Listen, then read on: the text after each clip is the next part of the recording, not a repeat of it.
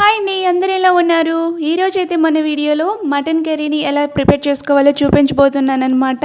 చాలా అంటే చాలా టేస్టీగా ఉంటుందన్నమాట. ఎలాంటి మసాలాలు ఎక్కువ వేయకుండా సింపుల్గా కుక్కర్లో కాకుండా గిన్నెలో ఎలా చేసుకోవాలో చూపించబోతున్నాను. సో వీడియోని స్కిప్ చేయకుండా ఎండ్ వరకు చూసేయండి. ముందుగా అయితే స్టవ్ ఆన్ చేసుకొని స్టవ్ పైన ఒక కడాయి కానీ ఇలాంటి గిన్నె కానీ పెట్టేసుకోండి. ఇందులోకి 3 లేదా 4 టేబుల్ స్పూన్ వరకు ఆయిల్ వేసుకోండి. నాన్ వెజ్లోకి కొంచెం ఆయిల్ వేసుకుంటేనే టేస్ట్ అనేది బాగుంటుందన్నమాట. సో ఇప్పుడు 3 నుంచి 4 చిన్న ఉల్లిపాయలు అయితే కట్ చేసుకోండి. ఇలా స్లైసెస్గా కట్ చేసేసుకోవాలి. సో ఈ విధంగా కట్ చేసుకున్న ఈ ఆనియన్స్ని మంచి గోల్డెన్ కలర్ వచ్చేంత వరకు ఫ్రై చేసుకోవాలన్నమాట. ఇలా ఫ్రై చేసుకున్న తర్వాత ఒక చిన్నవి 2 టమోటాలు తీసుకొని దీన్ని కూడా స్లైసెస్గా కట్ చేసేసుకోవాలి. అలాగే పచ్చిమిర్చి ఒక 3 తీసుకొని వీటిని కూడా స్లైసెస్గా కట్ చేసేసుకొని వేసుకొని ఫ్రై చేసుకోవాలి. అలాగే ఈ ఆనియన్స్ టమాటాలు చక్కగా మగ్గాలి అంటే చిటికెడు సాల్ట్ వేసేసుకోండి. అలాగే ఫ్రెష్గా తయారు చేసుకున్న అల్లం వెల్లుల్లి పేస్ట్ ఒక టేబుల్ స్పూన్ వరకు వేసుకొని దీని పచ్చివాసన పోయేంత వరకు కూడా మనం బాగా ఫ్రై చేయాలన్నమాట. సో ఈ విధంగా ఫ్రై చేసిన తర్వాత ఇంకొకసారి బాగా ఇలా కలుపుకుంటూ ఫ్రై చేసుకొని, సో ఇక్కడ వీడియో క్లిప్ అయితే మిస్ అయిందనమాట. మటన్ పీసెస్ నేను వేసిన వీడియో అనమాట, ఇది మిస్ అయిపోయింది, క్లిప్ అనేది లేదండి. సో నేను వీడియో ఆన్ చేస్తాను అనుకున్నాను, వీడియో ఆన్ చేయలేకపోయాను అనమాట. ఇప్పుడు మటన్ని నీట్గా క్లీన్ చేసేసుకున్న మటన్ని వేసుకోవటమే.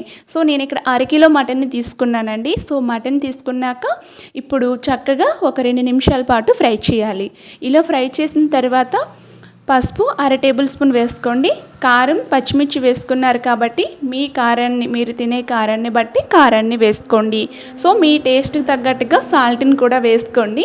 నెక్స్ట్ ధనియాల పౌడర్ ఒక 2 టేబుల్ స్పూన్ వరకు వేసుకోండి. సో నాన్ వెజ్లోకి ఇలా ధనియాల పౌడర్ వేయడం వల్ల బాగుంటుందన్నమాట. సో ధనియాల పౌడర్ ఒక 2 టేబుల్ స్పూన్లు, గరం మసాలా ఒక టేబుల్ స్పూన్ తీసుకోండి. సో సాల్ట్ అయితే నేను ఇక్కడ వేయటం మర్చిపోయాను కదా, సాల్ట్ అయితే తర్వాత వేసాను అనమాట. సో తప్పకుండా సాల్ట్ని వేసుకొని దీన్ని ఒక 2 నిమిషాల పాటు కలుపుకుంటూ ఫ్రై చేసుకోవాలి. ఇప్పుడు మూతను పెట్టేసుకోండి.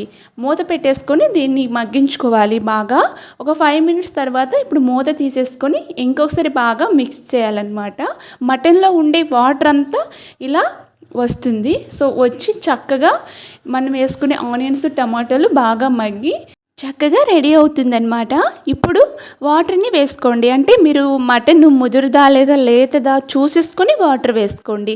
నేనైతే లోటా ఉంటుంది, లోటాతో 2 లోటాల వరకు వాటర్ని అయితే వేసాను అనమాట. లేతదా ముదురుదా చూసుకొని వాటర్ వేసుకోండి. సో ఇప్పుడైతే నేను ఈ వాటర్లోని సాల్ట్ వేసానో లేదో చెక్ చేసేసుకొని సాల్ట్ని అయితే వేసాను అనమాట. సాల్ట్ వేయటం అప్పుడు మర్చిపోయానని చెప్పాను కదా, ఇప్పుడు సాల్ట్ని వేసేసుకున్నాను. సాల్ట్ వేసుకొని ఇంకోసారి బాగా మిక్స్ చేసేసుకొని దీన్ని వాటర్ అంతా మరిగేంత వరకు దగ్గరగా ఉడికించుకోవాలి. మంచి గ్రేవీతో రుచిగా జ్యూసీగా మనకి మటన్ కర్రీ అయితే రెడీ అయిపోయిందండి. ఇప్పుడు ఫైనల్గా కొత్తిమీరని వేసుకొని మనం గార్లిష్ చేసుకోవడమే. చాలా అంటే చాలా బాగుంటుంది, చాలా టేస్టీగా ఉంటుంది. సింపుల్గా ఎక్కువ మసాలాలు వేయకుండా ఈ విధంగా ట్రై చేయండి, బాగుంటుంది. సో మీకు ఈ వీడియో నచ్చింది అనుకుంటున్నాను. నచ్చినట్లయితే లైక్ చేసి మీ ఫ్రెండ్స్ అండ్ ఫ్యామిలీస్కి షేర్ చేయండి.